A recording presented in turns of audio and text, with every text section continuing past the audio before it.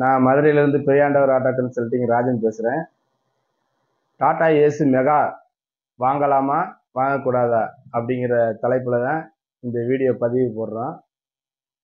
Tata AC மெகாவை பொறுத்தளவுக்கு நகர்ப்புறங்களில் இருந்தீங்கன்னா நீங்கள் அந்த மெக்கானிக்கோடைய சப்போர்ட் இருந்தால் நீங்கள் வாங்கலாம். அதாவது இந்த மெகா வந்து சென்சார் டைப்பு. இந்த சென்சார் வேலை பார்க்க தெரிஞ்ச மெக்கானிக்கல் இருக்கக்கூடிய இடத்துல உங்களுக்கு வீடு பக்கத்தில் இருக்குது அப்படின்னா தைரியமாக நீங்கள் வாங்கலாம்.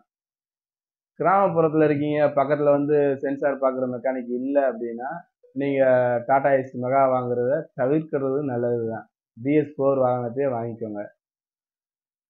நகர்ப்புறங்களில் கம்பெனி சர்வீஸ் தான் பண்ணுறாங்க. ஒரு சிலர் வந்து வெளியில் ப்ரைவேட்டாக பார்க்குறாங்க. அவங்கள தேடி பிடிச்சி பார்க்குற மாதிரி உங்களுக்கு சோர்ஸ் இருந்தால் எடுங்க. மெகாவை பொறுத்தளவுக்கு நீங்கள் டாடா ஏசி ஹெச்டிக்கும் மெகாவை பொறுத்தளவுக்கு ரேட்டு பார்த்தீங்கன்னா 1,00,000 ரூபா வித்தியாசம் இருக்குது. உதாரணத்துக்கு இது 2,000 ரூபா 2016 அப்படின்னா அந்த டாடா ஏசி BS4 வண்டி 2016 3,50,000 ரூபா வரைக்கும் மார்க்கெட் இருக்கு. அப்போ கிட்டத்தட்ட 1,00,000 ரூபா வரைக்கும் விலை கம்மியாக இருக்கிறதுனால நீங்கள் இது எடுத்தீங்கன்னா மெக்கானிக்குடைய சப்போர்ட் இருக்கிற மாதிரி இருந்தால் எடுக்கலாம்.